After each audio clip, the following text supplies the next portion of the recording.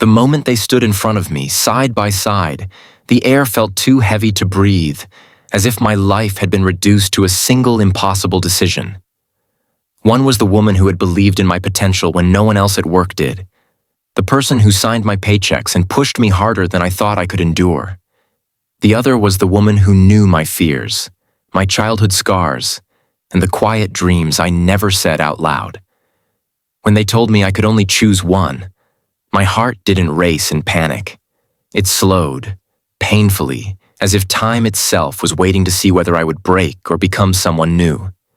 If you believe in kindness, second chances, and the idea that life doesn't always have to fit into cruel, narrow rules, take a moment to like this video, share it with someone who needs hope, comment your thoughts, and subscribe to the channel for more stories that speak to the heart.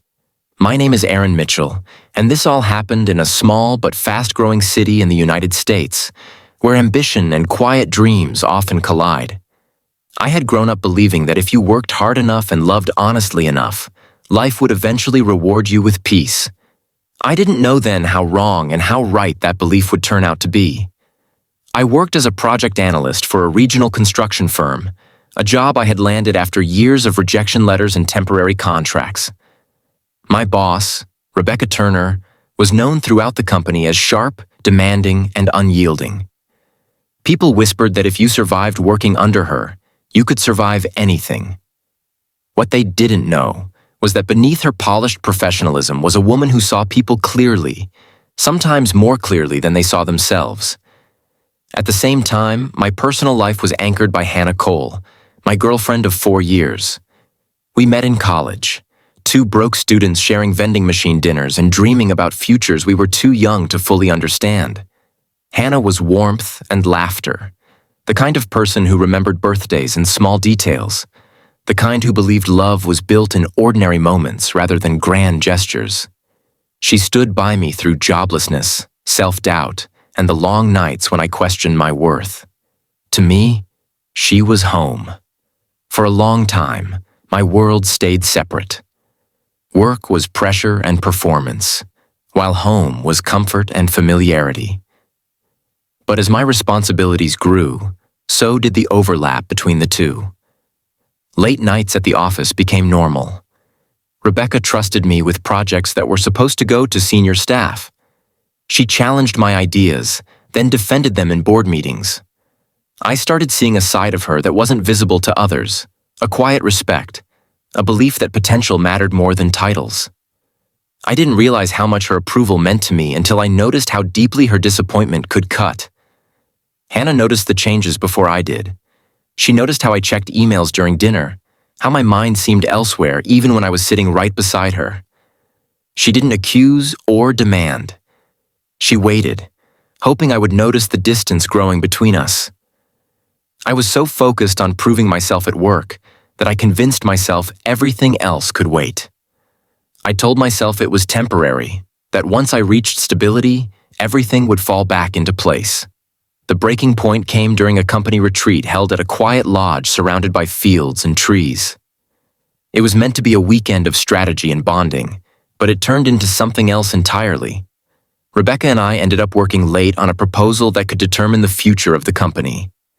There was nothing inappropriate, nothing romantic in action, but there was an undeniable emotional intensity. We spoke openly about failures, regrets, and the loneliness that often accompanies leadership. I saw her not as my boss, but as a human being carrying her own weight. When I returned home, Hannah could see something had shifted. She didn't raise her voice. She didn't cry. That silence was worse than any argument. Days later, she told me she felt like she was losing me, not to another woman in the traditional sense, but to a version of myself that no longer needed her the way it once did. Her honesty forced me to confront what I had been avoiding. I loved her, but I'd also grown into someone new, someone whose identity was deeply tied to his work and the person who had shaped him there.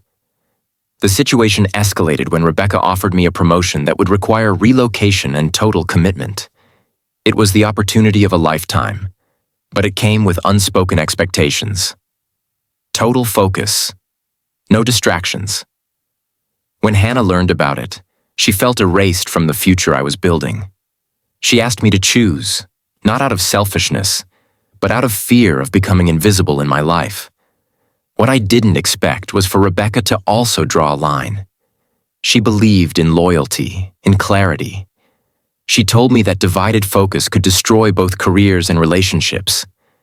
In her own way, she also asked me to choose.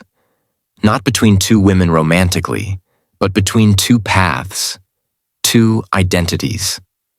The pressure from both sides felt unbearable, as if every version of my future required me to abandon someone I cared deeply about.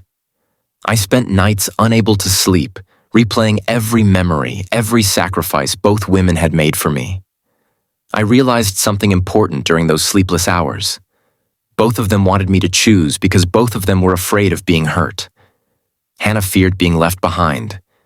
Rebecca feared investing in someone who couldn't fully commit.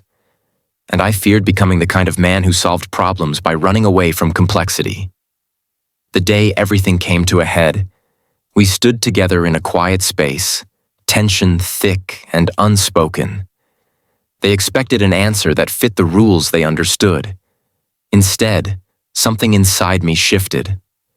I realized that choosing didn't have to mean discarding.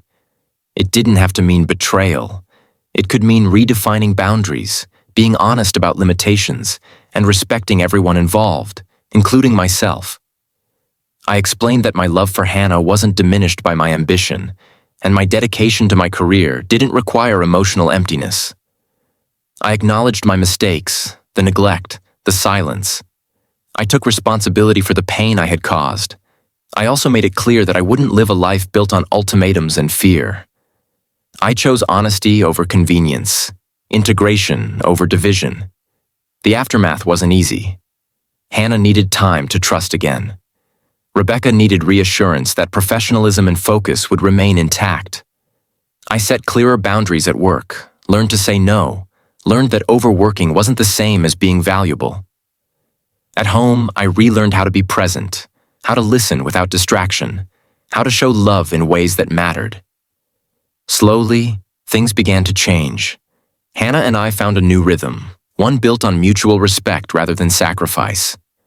Rebecca became not just a boss, but a mentor who valued balance as much as performance. I didn't get everything I wanted immediately, but I gained something far more important. I gained integrity. Life didn't become perfect. There were still hard days, misunderstandings, and moments of doubt. But I learned that love and ambition don't have to be enemies. They can coexist if you're brave enough to reject false choices and strong enough to do the hard work of honoring every commitment you make. As this story draws to a close, I want you to pause for a moment. If this journey touched your heart, if it reminded you of a time when you stood at a crossroads, please like the video, share it with someone who might need encouragement, and let us know in the comments how it made you feel. Your engagement helps these stories reach others who may be searching for hope. And before the ending fades, I invite you to comment just one word that represents what you believe in most right now. Love, courage, honesty, or second chances. In the end, I didn't choose one of them. I chose to become someone who didn't run from complexity, someone who believed that life's hardest moments are often invitations to grow. And that choice changed everything.